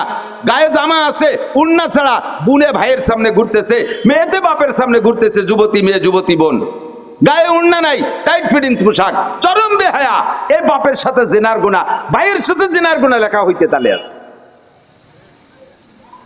বাচ্চা পেটে আসার পরে বুজুর্গানে দিনের তাজরেবা, কোন আল্লাহওয়ালা মানুষের সামনে গেলে তো তারা চোখ তুলে তাকাবে না। যে ধরনের মানুষের সামনে পড়বা, তাদের নজর যেমন হবে, বাচ্চার উপরে সেই রকম ক্রিয়া পড়ার সম্ভাবনা থাকে। যদি চোরের সামনে যাও, চোরে যদি তোমার স্ত্রী পেটের দিকে নজর করে, তাহলে চোরের ওই কুদৃষ্টির কারণে পেটের বাচ্চার ভিতরে চোরা স্বভাব আসে। ডাকাতির সামনে গেলে ডাকাতি স্বভাব, লুচ্চর সামনে গেলে লুচ্চর স্বভাব। তাহলে পিসাবের সামনে যাবো, যাবা, পিসাব তো তোমার বউরে দেখবে না। কিন্তু আর যাকে সামনে যাবা, তারা তো না দিয়ে ছাড়বে না। বাচ্চা পেটে নিয়ে কুয়া কাটা যায়, বাচ্চা পেটে নিয়ে নিরিবিলি পার্কে যায়, বাচ্চা পেটে অবস্থায় শিক্ষা সফর করে, বাচ্চা পেটে নিয়ে বাজার ঘাট করে। এই বাচ্চা কখনো ভালো হতে পারে না। আন্নাজরু আল আইনু হাক্কুন, পরিষ্কার সহিহ হাদিস, আল আইনু হাক্কুন, চোখের একটা ক্রিয়া আছে। হযরত ইউসুফ আলাইহিস সালাতু ওয়াস সালামের চেহারা তো অপূর্ব চেহারা ছিল। উনার চেহারার উপরে যাতে মানুষের কুদৃষ্টি না লাগে, এর জন্য ইউসুফ আলাইহিস সালামের আব্বাজান ইয়াকুব আলাইহিস সালাতু ওয়াস সালাম ইব্রাহিম আলাইহিস সালাতু ওয়াস সালামকে নমরুদের আগুনের ভিতরে ফেলাইলে জিবরিল আলাইহিস সালাম জান্নাত থেকে যে জামাটা আইনা ইব্রাহিম আলাইহিস সালামকে পরাই দিয়েছিলেন, ওই জামাটা ইব্রাহিম আলাইহিস সালাম দিয়েছিলেন ওনার ছেলে ইসহাক আলাইহিস সালামকে, ছোট ছেলে ইসহাক আলাইহিস সালাম ওইটা দিয়েছে ওনার ছেলে ইয়াকুব আলাইহিস সালামকে। ইয়াকুব আলাইহিস সালাম ওইটারে তাবিজ বানাইয়া মাদুলিতে পুড়ে ইউসুফ আলাইহিস সালামের গলায় ঝুলিয়ে দিয়েছে, যাতে এই মানুষের নজরটা তাবিজ পর্যন্ত শেষ হয়ে যায়, আমার ইউসুফের চেহারার দিকে মানুষের খারাপ দৃষ্টি না পড়ে। উনি বলেন আল আইনু হাক্কুন, দৃষ্টি একটা খারাপ জিনিস। মানুষের কুনজরে অনেক সময় ভালো চেহারা নষ্ট হয়ে যায়, ভালো জিনিস মন্দ হয়ে যায়। তাহলে এই কুনজরের কারণে পেটের বাচ্চা নষ্ট হতে পারে। শুরুটা ভালো করান, জন্মের সময় যার বিসমিল্লাতে ভুল, ও ছেলে নবীর সরা করে না কবুল। আমি উদাহরণে মাঝে মাঝে বলতাম, ছোট্ট একটা মেহগুনির চারা লাগাইছেন সোজা করে, মেহগুনির চারা সোজা করে লাগাইছেন, এলে দুলে না যায়, বাঁশকুটি দিয়ে ঠেন্না বাঁধাই দিয়েছেন, বাঁশ সোজা হয়ে বড় হয়ে গেছে, এরকম মোটা, লকও সুন্দর হয়েছে, করে নিয়ে আর কোনো ঝামেলা নাই। কিন্তু যেই গাছটা চারাটা লাগাইছেন একটু কুজরমি হয়ে বেয়া হয়ে কাজ করিয়া, বাস গাছের গোড়া আপনার বাড়ির জায়গার মধ্যে, পাশের বাড়ি এলাকা থেকে মাথা কাজ করে দিয়েছেন, যে ওই অবস্থায় ওই বাড়ির পরে বড় হবে, ওকে উঠোন মুঠোন সব মানে ছায়া পড়ে যাবে, ওরা দায় ঠেইয়া আমার যন্ত্রণায় নির্যাতনে জায়গা বেঁচে কিনে তুই এটি চলে যাবে, সেই সময় আমি কিনবো। এই বলিয়া গাছের গোড়া বাড়ি, এরকম কিছু ভালো লোক আছে না, খুব দিনদার মানুষ, ফজরের নামাজ পড়ে তসবিহ টেপে আর মেহগুনি গাছ লাগায়। কুজলোর বাসা, বাংলা কুজলো, কুজলো তো আমরা তো চিনি, কুজলো বুঝি না, 1 নম্বর বদমায়েশ। এক হাতে তসবিহ আর এক হাতে মেহগুনি গাছ লাগায়, গোড়া বাড়ির মধ্যে ভাতের বাড়ির দিকে মাথা কাজ করে। এই গাছ 30 বছর পরে এইরকম মোটা হয়ে গেছে, ওই বাড়ির উঠোনের উপরে মাথা। ওই বাড়ির ছেলেটা গোষ্ঠীগতভাবে দুর্বল, সে আইসা কান্দিয়ে দিয়েছে, কাকা গা একখান ডাল যদি না কাটিয়ে দেন, তাহলে আমার ছোট ছোট ভাই বোনের খেতা কাপড় শীতকালে শুয়োতে পারতেছি না, এই ধান পান জানি কিচ্ছু শুকনোর কাজ দেন, আপনাকে মেহগুনি গাছের ছায়। বুড়ো খুব দাপট, এক ডালে খুব দিবি, তোর ডানা কাটিয়ে ফেলাই দেবো, জিনিস বুড়ো হয়ে গেছি তাই বলে কি মরি গেছি? ও বয়স আর কিছু করিনি, লম্বারটা হাই ছাড়ছে, ওই হাইটা চলে গেছে আরশে আজিমে। কাল্লা সামাজিক ভাবে দুর্বল, পারলাম না বুড়োর সাথে, দেখো কত কষ্ট। এরপরে আইসে গেল আমপান ঝড়, আমপান আইছে কতক্ষণ পারে কি পারে না, সাবধান থাকেন মিয়া, জমিদারিগিরি বেশি দিন চলবে না, সতর্ক। ডাল কয়খানা এসে ভেঙে পড়ছে, এখন ওই যুবক কাকা আমরা থাকতে পারলাম না আপনার জ্বালায়, ঘর জায়গা টাকা বেঁচে চলে যাবো। ঠিক আছে ব্যাস, উনি কিনে এনেছে, গাছ তো বেকা, 30 বছরে মোটা বেহা গাছ। এখন ওই জায়গা বিল্ডিং উঠে দিয়েছে, এত সুন্দর গাছ তো কাটা যায় না, আর 20 বছর পরে কাটবো, ঠেলিয়ে সোজাহারি পুরো বনমালীপুরে সবাই যে কাশি বান্ধে ওই গাছটা টানলি সোজা হবে? আমাকে হুজুরকে জালালি কতম পড়তে লাগাতেছেন, হুজুর আমরা গাছ সোজা করতে লাগছে, আপনারা শুধু জালালি কতম পড়বেন আর মোনাজাত করবেন, ঘন্টা দুর মধ্যে গাছ সোজা করে। হুজুরকে জালাল খতমও কাম হবে না, খতম সব বেহা হয়ে যাবো, গাছ সোজা হবে না, কারণ লাগানোর সময় ব্যাখ্যা করে লাগাইছে। জন্মের সময় যার বিসমিল্লাতে ভুল, এ ছেলে নবীর সারা করে না কবুল। জন্মের সময় ভালো হয় নাই, বাচ্চা পেটে রাইখা মা সারাটা দুনিয়া টোকনু ঘোড়ার মতো দৌড়াই বেড়াইছে, মার্কেট করছে, ফিল্ডিং মারছে, হাজার লুচ্চ বদমাশ চোর ডাকাত গুন্ড বদমাশদের ভিতর দিয়ে ঠেলা ধাক্কা খেয়ে বেড়াইছে, ওদের বদনজর পড়ছে, ওই পেটের বাচ্চা ভালো হইতে পারে না। এবার জন্মের সময় তোমার সুন্নত ঠিক নাই, শরীয়ত সম্মত জন্ম তার হয় নাই। হাসপাতালে বেশিরভাগ এখন ক্লিনিকে জন্ম হচ্ছে, অধিকাংশ বাচ্চা ক্লিনিকে জন্মের পরে যেই সময় বাচ্চা ডেলিভারি হয়, সিজার করে বের করে, ওই জায়গা ভালো কোনো আলেম থাকে না, ওই জায়গা দিনদারি মানদারের কোনো গন্ধ খুব একটা থাকে না, ও জায়গা গার্জিয়ানরাই বুঝ নিয়েও সে জায়গা অপেক্ষা করে না। ও বন্ধুরে, ও জায়গা বেশিরভাগ নার্স থাকে হিন্দু, অনেক জায়গায় খ্রিস্টানও থাকে। জন্মের পরে ছোট বাচ্চা সুদর্শন চেহারা, এই ছোট বাচ্চার চেহারা দেখা হিন্দু মহিলারা ওরা অল্পে দুর্বল, ভালো চেহারা দেখলে এই মুখের মধ্যে আঙ্গুল ঢুকে দিয়ে উলুধ্বনি দিয়ে কয় ভগবান তুমি দেবতা পাঠিয়েছ, মুখে উলুধ্বনি দিয়া যে আনি শুনতে হবে তারা আজানি কামত, হিন্দু বেটি তারা উড়ু উড়ু শুনাইতেছে। জন্মের পরে বড় হলে দেখি যায় বাচ্চার ভিতরে উড়ু উড়ু স্বভাব। হিন্দুদের যে কালচার সেইটি ওর ভালো লাগে, হিন্দুয়ানি সব ভালো লাগে, রাতের বেলা বোমা ঈদের রাত্রে বোমা ফুটাইতে ভালো লাগে, আরে বক্স বাজাইতে ভালো লাগে, ডেক্স বাজাইতে ভালো লাগে। ওই ছেলে বড় হইলে উড়াকান্দি যাইতে ভালো লাগে, দুর্গা পূজা যাইতে ভালো লাগে, কালী পূজায় যাইতে ভালো লাগে, সরস্বতী পূজা ভালো লাগে, লক্ষ্মী পূজা ভালো লাগে, হিন্দু বাড়ির লাড্ডু ভালো লাগে, ওর ঈদের নামাজ ভালো লাগে না, ওর রোজা নামাজ ভালো লাগে না, কারণ ওর জন্ম বেকা হয়ে গেছে। জন্মের সময় কাজ করে লাগাইয়া ওর কানের মধ্যে উলুধ্বনি দিয়ে দিয়েছে, আজান আর ইকামত পায় নাই, যার কারণে সারা দুনিয়ার বক্তা বেটে খালি ওটা হিদায়াত পাবে না। শুরু ভালো তার শেষ ভালো, শুরুই ভালো হয় নাই। বাপে মুক্তিযোদ্ধা ভাতা খায়, বাংলাদেশ স্বাধীনতার পক্ষে যুদ্ধ করছে বাপ, আমি তার 101 বার স্যালুট দেই। তাদের পরিশ্রমের বিনিময়ে আমরা এ স্বাধীন দেশ পেয়েছি, মুক্তিযোদ্ধাদেরকে আমি স্যালুট দেই। তবে জেনুইন মুক্তিযোদ্ধাকে উস্তে কুটিয়ে খাওয়াইয়া সে জায়গা যাইয়া মুক্তিযোদ্ধা সে যে ভাতা খাচ্ছ চুলে বেলা দেবে ভালো ইয়া কথা কয় না কেন? এরকম 14 নম্বরই মুক্তিযোদ্ধা আছে না নাই? 1 নম্বর মুক্তিযোদ্ধা যারা তাদেরকে স্যালুট জানায়। আমিও যদি সে সময় অ্যাডাল্ট থাকতাম আমি মুক্তিযোদ্ধা হতাম, আমি বাংলাদেশ স্বাধীনতার পক্ষে। কিন্তু দোস্ত, এই মুক্তিযোদ্ধা এই বাংলাদেশ সরকারের কাছ থেকে 30,000 টাকা ভাতা খায়, আর তার ছেলে ভারতের পক্ষ নেয় খেলাধুলার সময়, আছে না নাই? ও জন্মের সময় উলুধ্বনি শুনছে, আজান শোনে নাই, উড়ু উড়ু শুনছে। শুরু ভালো যার শেষ ভালো। কাজেই যুবক, তুমি তোমার মা বাপ ফেল করতে পারে, তোমরা ফেল করো না, ব্যর্থ হইয়ে না। দিন দিন সবকিছু ডিমোশন হচ্ছে। তোমার বাপের জন্ম হয়েছিল ছেঁড়া কাথার মধ্যে, ফেস্টোতে ধরে তোমার ফুফুরা তোমার দাদিরা বের করছিল। তোমার জন্ম হয়েছে মোটামুটি আর একটু ডেভেলপ, তোমার জন্ম হয়েছে কম্পিউটারের ভিতরে, আল্ট্রাসাউন্ড ইসিজি করে তোমার দেখে শুনে বের করছে। আল্লাহ বাঁচালি তোমার বাচ্চা পয়দা হবে হেলিকপ্টারের মধ্যে, বেশি দেরি নেই। ফরিদপুরে হাসপাতালে ডেলিভারি হলো না, টাকা আছে বন্ধু হেলিকপ্টার নিয়েছে, হেলিকপ্টারে উঠে আকাশে উড়ানোর সাথে সাথে ডেলিভারি হয়ে গেছে। সবকিছু ডেভেলপ হচ্ছে, কিন্তু দোস্ত চরিত্রের অবনতি হচ্ছে, চরিত্র ধ্বংস হয়ে যাচ্ছে। কথা ঠিক কিনা? আরে দুনিয়ার সব কিছুর দাম বাড়তেছে, শুধু চরিত্র ধ্বংস করার যে আসবাবগুলো এইগুলোর দাম কমাইতেছে। এতে খালি ছাড় আর অফার, এতে খালি ছাড় আর অফার। ওরে প্রত্যেকটা কোম্পানি ছাড় দেয়, এত এমবি মাত্র এই কয় টাকা, এত এমবি মাত্র এই কয় টাকা, এই কয় জিবি এই কয় টাকা। আর জিবি কিনে কিনে যুবকদের জিব্বে বেরোয় যাইতেছে, রাতের পর রাত খাওয়া নাই, না নাই, ঘুম নাই, সব শুকিয়ে যাইতেছে, কঙ্কাল হয়ে যাইতেছে। সব কিছুর দাম বাড়ে, গাঁজা বা ফেন্সিডিলের দাম কমে, এগুলো আন্ডারগ্রাউন্ডে আসতে তালেই আছে। সমস্ত যুবকদেরকে ধ্বংস করে দিচ্ছে। যুবতীরা মেয়েরা কলেজে যে সিগারেট খাওয়া শিখতেছে। ও যুবক, তোমরা সাবধান হয়ে যাও, তোমাদের সন্তান যেন এরকম না হয়। এর জন্য জন্ম শুরু থেকে তুমি সুন্নতি তরিকায় আসো।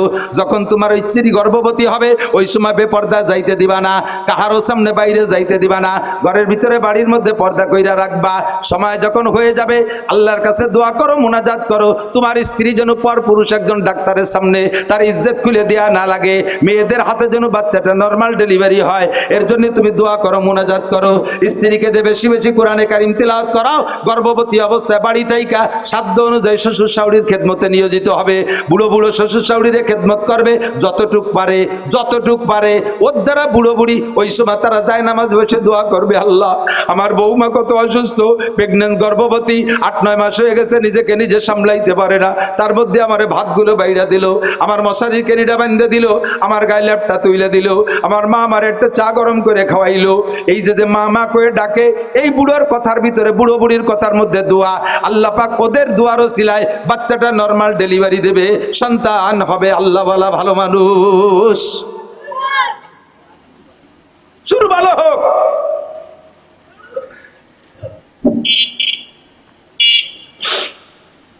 আল্লাহ এরপরে জন্মের পরে আগের থেকে একটু খেজুর রেখেন বাড়ি। জন্মের পরে বাচ্চাকে দুনিয়ার কোনো কিছু না খাওয়াইয়া কিচ্ছু খাইতে দেবেন না, মায়ের দুধও আগের থেকে খাইতে দিয়েন না। আল্লাহ পাক রব্বুল আলামিন তো ফ্লাক্স আর ফিডার ভরে সুন্দর দুধের ব্যবস্থা করেই রাখছে। মায়ের বাচ্চা ডেলিভারির আগে স্থানে যারা পরিমাণ দুধ নাই, বাচ্চা আসার সাথে সাথে দুধ কোত্থেকে আসলো? আল্লাহ কা মিম্বাইনি ফারাসি ওয়া দামিন লাবানান খালেসা, রক্ত আর মলমূত্রের ভিতরে থেকে আমি ফ্রেশ দুধ তৈরি করে তোর ফিডার ফ্লাক্স ভরে দিছি। কন্যা সুবহানাল্লাহ। খাবি কয়টা ফিডার দিয়ে? 2টে ফিডার লাগবে। দেখবেন গরু ছাগলের বাচ্চায় দুধ খাওয়ার সময় মুখ দিয়ে থনে ধাক্কা মারে, তাহলে থনটা পানায়, ভিতরেতে দুধ আসে। মানুষের বাচ্চা মুখ দিয়ে ধাক্কা মারে না, তবে দেখবেন মানুষের বাচ্চার স্বভাব হলো ওই একটা দুধ খায় আর ওর হাত দিয়ে ওর মায়ের আর একটা স্তনের বুটাকে নাড়াচাড়া দেয়, ওই নাড়াচাড়ার ভিতর দিয়ে আর একটা স্তন ভরে দুধ চলে আসে। গাভীর 4টে বান দিয়ে 20 কেজি দুধ হয়, 4টে বানের মুখে 4টে ছিদ্র আছে, 4 ছিদ্র দিয়ে 20 কেজি, 5 কেজি করে একটা ছিদ্র দিয়ে বের করা গেল। মহিলার স্তন থেকে দুই স্তন থেকে 2 পোয়া আধা কেজি দুধ বের হলো। এই আধা কেজি দুধ বের করতে আল্লাহ তাআলা 2টে ছিদ্র ব্যবহার করে নাই। রহমানুর রহিম আল্লাহ রাব্বুল আলামিন, আল্লাহর প্রশংসা কি দিয়ে বলবো, ভাষা নাই। আল্লাহ এই 1 পোয়া আধা কেজি দুধ বের করার জন্য 2টে স্তনের মুখে 32টে ছিদ্র বানাইছে। কেন? 32টে ছিদ্রের মুখে 32 রকম মেডিসিন আছে। ওই 32 ছিদ্রের ভিতর থেকে বের হওয়া দুধ খাইবা, বাচ্চায় দুধ পান করবে, মুখের মধ্যে 32টে দাঁত হবে।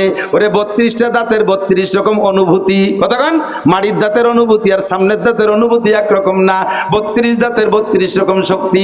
এই 32 রকম শক্তি আর অনুভূতি তৈরি করার জন্য 32টে ছিদ্রের মুখে আল্লাহ পাক ভিন্ন ভিন্ন মেডিসিন তৈরি করে রেখেছে। ওই মেডিসিন নিঃসৃত দুধ বের হয়ে আসে, বাচ্চায় দুধ পান করবে, বাচ্চার মুখের ভিতরে শক্তি বাড়বে। মায়ের স্তনের দুধে মেধা শক্তি শক্তিশালী হয়, হার্ট ভালো হয়, লাংস ভালো হয়, পাকস্থলী শক্তিশালী হয়, পিত্তথলি শক্তিশালী হয়, কিডনি ভালো হয়, বাল্ব ভালো হয়, রক্ত পরিষ্কার হয়, শিরা উপশিরা ভালো হয়। কাজেই সাধ্য অনুযায়ী চেষ্টা করবেন আমার মারা ছোটবেলা থেকে বাচ্চাদেরকে জন্মের পর থেকে নিজের স্তনের দুধ খাওয়ানোর। এটা হলো আল্লাহ পাক দুনিয়ায় মেহমান পাঠাইতেছে, আল্লাহ পাক তার মেহমানদারিও মায়ের স্তনের মধ্যে পাঠিয়ে দিয়েছে। অনেক মারা আছে শরীর ঢিলা ঢালা হয়ে যাওয়ার ভয়তে বাচ্চারে দুধ খাবে না বলে আগেতে ফিডার মিটার বোতল টোতল কিনে রেডি রাখছে, বুড়ি হয়ে যাওয়ার ভয়তে। খাইছ কার দুধ? ইটালিয়ান দুধ, অস্ট্রেলিয়ান দুধ, ফ্রান্সের দুধ, কোরিয়ান দুধ। জাগে দুধ খাইছো, তোমার বাচ্চা সেই দিক চলে যাবে, তোমারে মা করে ডাকবে না। কথা কেন না? ইন্ডিয়ান গরুর দুধ খাইছিস তো সাল ইন্ডিয়া মুখী হয়ে যাবে, ইটালিয়ান দুধ খাইছিস ইটালি মুখী হয়ে যাবে। খাওয়া তোর দুধ, তোর মা তোর বাচ্চা তোরে ছাড়া বুঝবে না। কথা কেন না? ভুল করছি তো পদে পদে। জন্মের সময় যার বিসমিল্লাতে ভুল, এ ছেলে নবীর সারা করে না কবুল। এভাবে শুরু করো, দুধ খাওয়াও, ডান কানে আজান বাম কানে ইকামত, নিয়মতান্ত্রিক, ডান কানে আজান বাম কানে ইকামত। যুবকরা বিয়ে করো নাই, সিদ্ধান্ত নাও এই পদ্ধতিতে আগাইবা। যাদের আরো সন্তান হওয়ার সম্ভাবনা আছে, যেটা ফেল করছে, সামনে যেটা আসবে সেটার সাথে আমরা এই আমল করবো ইনশাআল্লাহ। রাজি আছি না? এরপরে হুজুর রে ডাইকায় না, আমার মাওলানা মুদাসসির সাহেব, আপনাদের মহতারাম সাহেব আমার কাছে তাফসীরে জালালাইন পড়ছে রাজের মাদ্রাসায়, আমার ছাত্র। খুব ভালো ছাত্র, মেধাবী ছাত্র, যোগ্য এবং সাংগঠনিক ক্যাপাসিটি খুব ভালো, পরিচালনার যোগ্যতা খুব ভালো। দেখছেন আসছে তো কবে, যাওয়া লাগতেছে না, সুন্দর করে মাদ্রাসার মক্তব থেকে দাওরা হাদিস পর্যন্ত, পাশে আর একটা মহিলা মাদ্রাসা দাওরা হাদিস পর্যন্ত নিয়ে আসছে, রেজাল্টও অনেক ভালো করছে। আপনারা খুশি না বেজার? আপনাদের ছেলেরা পড়ে তো?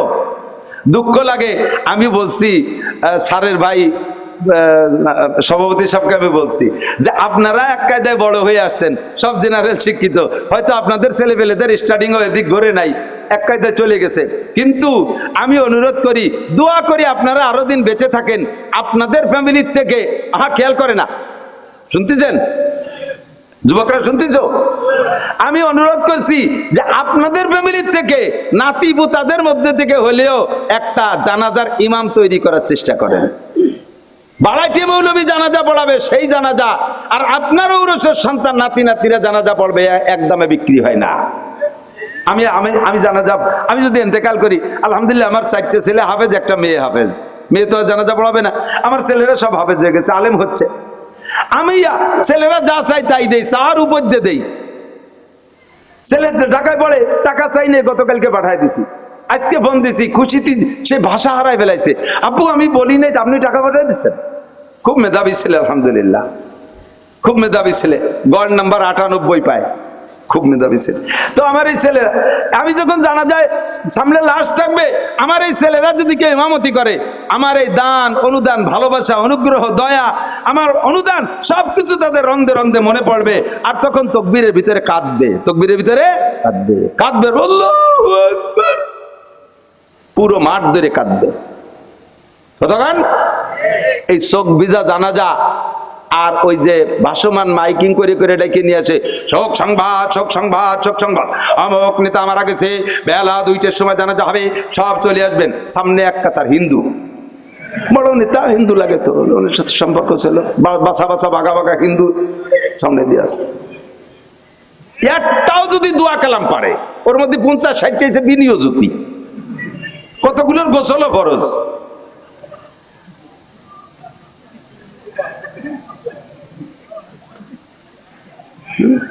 কালকে একটা মোনাজাত দেখলাম, ঈদে মিলাদুন নবীর মোনাজাত, দড়ি পাচ্ছে, রশি পাচ্ছে মোনাজাত।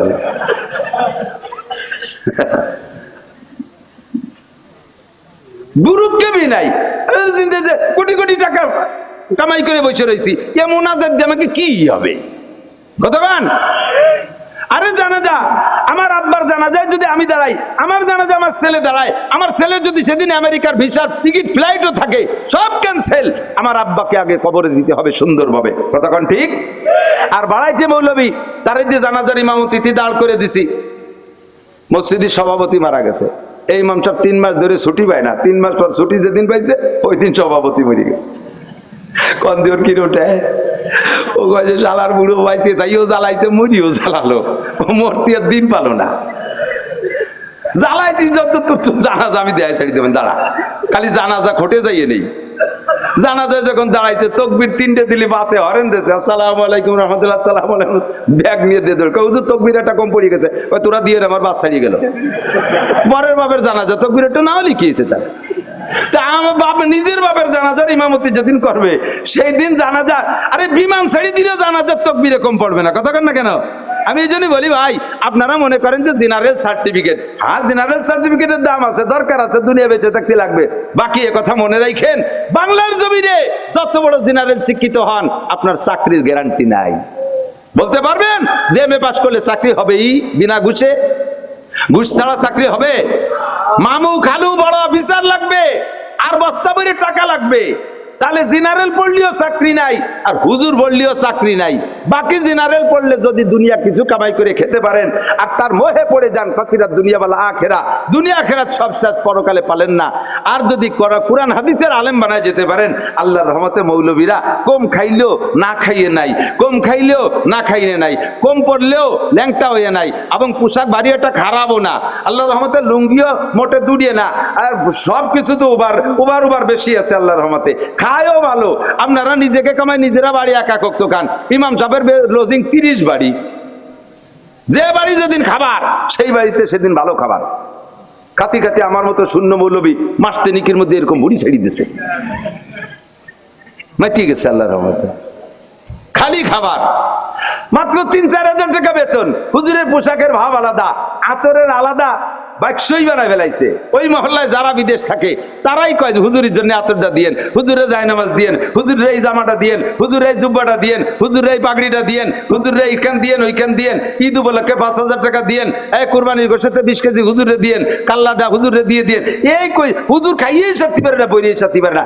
এভাবেই আল্লাহ তাআলা রুজির ব্যবস্থা করে দেয়। কতক্ষণ ঘুষ দিয়া লাগে না চাকরি করতে, ঘুষ দিয়া লাগে না। আর ঘুষ দিয়ে চাকরি নেবেন, ওই চাকরি হারাম, কিয়ামত পর্যন্ত এই হারাম খাইতেই তাহলে থাকবেন। ঘুষ দিয়ে চাকরি নিচ্ছেন, ঘুষের পর চাকরি আপনার নির্ভর করতেছে। ও দোস্ত, ঠকবেন না। আসেন, আপনি কোরআন শেখেন, আলেম হন, জেনারেল পড়েন, চাকরিও পাবেন, দুনিয়া হবে ইনশাআল্লাহ। আল্লাহ পাক আপনারে ঠকাবে না। আমি এই গ্রামের পোলাপান, এই গ্রামের পোলাপান তো এখন আজকে পাগড়িতে আমার দাবি ছিল যে বনমালীপুর থেকে 5টা ছেলে হাফেজ পাগড়ি নেবে, 5টা ছেলে মাওলানায় পাগড়ি নেবে। পিছিয়ে পড়ে গেছেন আপনারা। অন্য অন্য গ্রামের মানুষ এসে আপনাকে টাকা দিয়ে করা মাদ্রাসাতে পড়িয়ে আলেম হয়ে চলে যাচ্ছে। আপনারা কত বড় দুর্ভাগ্য যে আপনাদের ছেলেরা আলেম হয় না। আমি মাওলানারা জিজ্ঞেস করলাম, মাওলানা কি এই গ্রামের ছেলেপেলে কি পড়িয়ে আলেম আছে? কয় যে হুজুর আলহামদুলিল্লাহ এখন যথেষ্ট আসতেছে। এলাকার মানুষও মাদ্রাসামুখী হয়েছে অনেকটা, মাদ্রাসার ছেলে মাদ্রাসায় ছেলে দিচ্ছে। সকলের ভিতরে অনুপ্রেরণা জাগছে যে হ্যাঁ, আমার জানাজার ইমামতি আমার ছেলে করুক, আমার জানাজার ইমাম আমার ছেলে করুক। ওমা, বাড়ির মারা আপনারা যারা আছেন, আপনার সন্তানই যদি আপনার জানাজার ইমামতিতে দাঁড়ায়, কাঁদবে আর তকবীর দেবে, কাঁদবে আর তকবীর দেবে। ওই তকবীরের সাথে আল্লাহর রহমত নাজিল হবে আসমান থেকে। কতক্ষণ ঠিক না? তো মাদ্রাসা হওয়া দরকার আছে না নাই? এই মাদ্রাসা না হলে এত সুন্দর সুন্দর কথা। আমি শুরুতে বহুত বাকি রয়েছে, আর মরা পর্যন্ত তো কতই রয়েছে, আর মাঝখানে ভিড় ভাঙ্গা রাস্তা কতটা রয়েছে। এত কইতে গেলে আমার 1-1.5 মাস লাগবে, সব পারবো না। আমার অন্য প্রোগ্রাম আছে, কাজে আমি আর সময় বাড়াইতে চাচ্ছি না। কমপক্ষে শুরু সূচনাটা এভাবে হোক। সবাই চান তো ইনশাআল্লাহ? রেডি হয়েছেন না ইনশাআল্লাহ? বাচ্চাগুলো এভাবে আমরা জন্ম দেবো ইনশাআল্লাহ। আল্লাহ তাআলা আমাদের বাচ্চাগুলোকে নেক সন্তানে পরিণত করে, বলেন আমিন। ভালো সন্তান আল্লাহ তাআলা দান করুক, স্ত্রীরা ভালো হোক।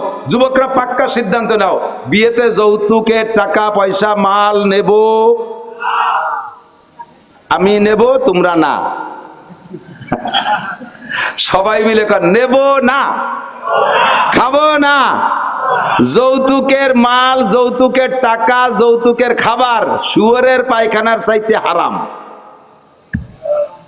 যদি কেউ শুকরের পায়খানা মুখে দিতে সক্ষম হন, তাহলে সে যৌতুক খাইয়ে টাকা নিয়েন। যদি কেউ শুকরের পিঠে উঠে সোয়ার করে রাস্তায় দিয়ে চলতে পারেন, তাহলে যৌতুকের মোটরসাইকেল চালাইয়েন। আর শুয়ারের পিঠে উঠে যদি সম্ভব না হয়, তাহলে যৌতুকের গাড়ি যদি আনাতে হয়, শ্বশুরে কালকে আব্বাকে ফেরত দিয়েন। যদি কেউ ব্যবহার করে থাকেন, তাহলে নিজেও রেডি হয়ে যান। আপনি এক মাইয়া নিয়ে আনছেন 1 লাখ, আল্লাহ দেব আপনারা 10 খান, 10 লাখ টাকা আদায় করে নেবে। দিয়ে দেখেন কিরম লাগে।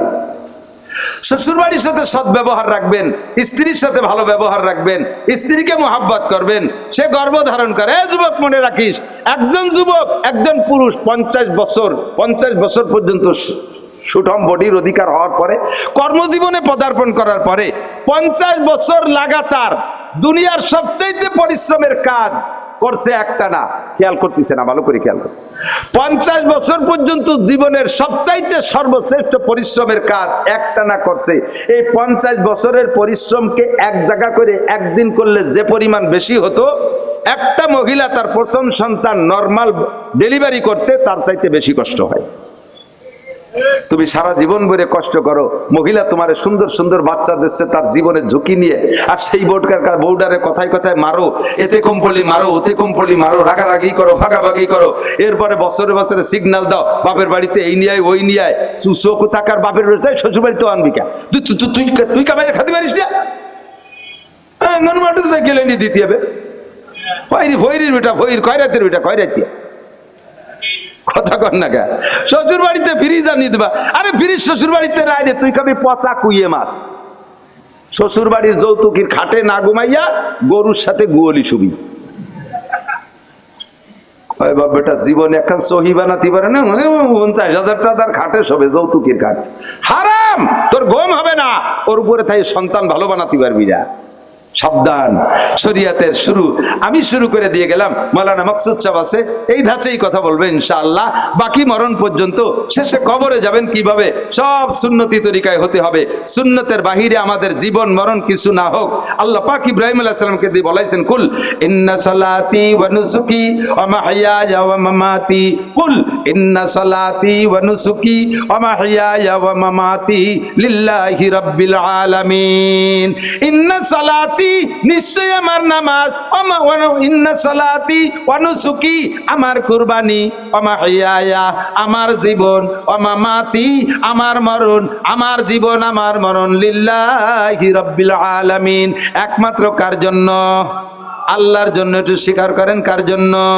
হুকুম হবে আল্লাহর, তরিকা হবে মুহাম্মদুর রাসূলুল্লাহ। কতক্ষণ?